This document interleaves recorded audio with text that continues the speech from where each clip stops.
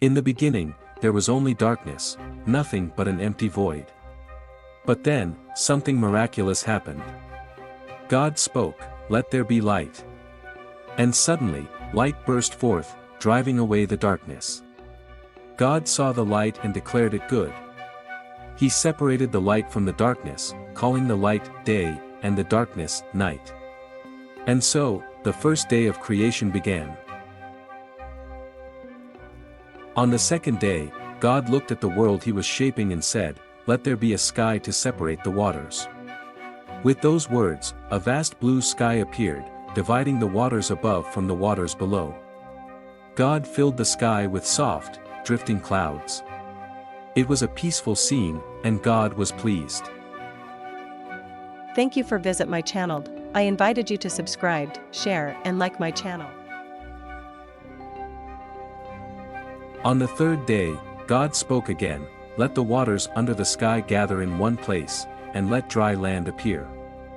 The seas pulled back, and dry land emerged, forming mountains, valleys, and plains. God called the dry ground land, and the gathered waters seas. But he wasn't finished yet. God then said, "Let the land be covered in plants and trees." Immediately, the earth burst with life, trees grew tall, flowers blossomed in vibrant colors, and fruit trees filled the air with sweet aromas.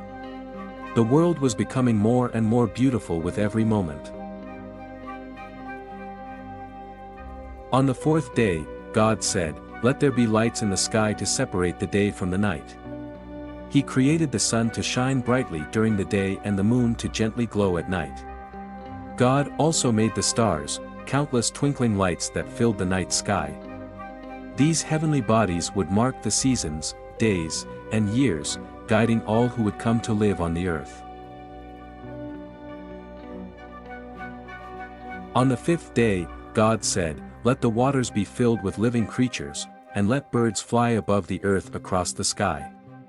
And with that, the seas came alive with fish of every kind, colorful and diverse, each one unique. The ocean was full of movement and life. High above, the sky was filled with birds of all shapes and sizes, each one soaring and singing. The world was now full of life in the water and in the air.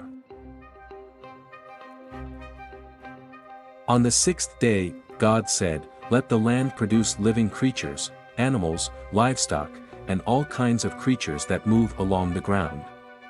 The earth was soon teeming with life, majestic lions, graceful deer, powerful elephants, and playful rabbits. But God saved the best for last. He said, "Let us make mankind in our image, to rule over the fish in the sea, the birds in the sky, and all the creatures on the earth." And so, God created humans, Adam and Eve. They were made in his image, and God gave them a special task, to take care of this beautiful world he had created. God placed Adam and Eve in a special place, the Garden of Eden. It was a paradise filled with every kind of plant and tree, all of them bursting with fruit. In the center of the garden stood two special trees, the tree of life and the tree of the knowledge of good and evil. God gave Adam and Eve freedom to enjoy everything in the garden, but he warned them, "You may eat from any tree except the tree of the knowledge of good and evil. If you eat from it, you will surely die."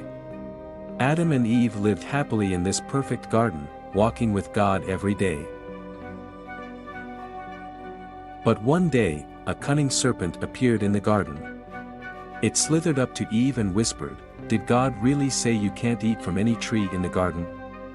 Eve replied, "We can eat from the trees, but God said we must not eat from the tree of the knowledge of good and evil, or we will die." The serpent slyly said, "You won't die. God knows that if you eat from it, you will become like him, knowing good and evil." Eve looked at the tree, saw that the fruit was good for food, and pleasing to the eye. She took some and ate it, and then gave some to Adam, who ate it too. Suddenly, they realized they were naked and covered themselves with fig leaves, hiding from God. God walked through the garden, calling out, "Adam, where are you?" Adam answered, "I heard you in the garden, and I was afraid because I was naked, so I hid." God asked, "Who told you that you were naked? Have you eaten from the tree I commanded you not to eat from?" Adam blamed Eve, saying, "The woman you put here with me gave me the fruit." Eve then said, "The serpent deceived me, and I ate." God knew what had happened and was deeply saddened. God spoke first to the serpent, "Because you have done this, you are cursed. You will crawl on your belly and eat dust all the days of your life." To Eve, God said, "I will make your pain in childbirth very great, but your desire will still be for your husband, and he will rule over you." To Adam, God said, "The ground is cursed because of you. You will have to work hard all your life to eat from it, and it will produce thorns and thistles. You will work by the sweat of your brow until you return to the dust from which you were made." Yet, even in this judgment, God promised that one day, a descendant of Eve would crush the serpent's head, bringing hope and redemption. Though Adam and Eve had disobeyed, God's love was still greater. He hinted at a future victory over evil, a time when someone would come to defeat the serpent and bring humanity back into God's loving presence.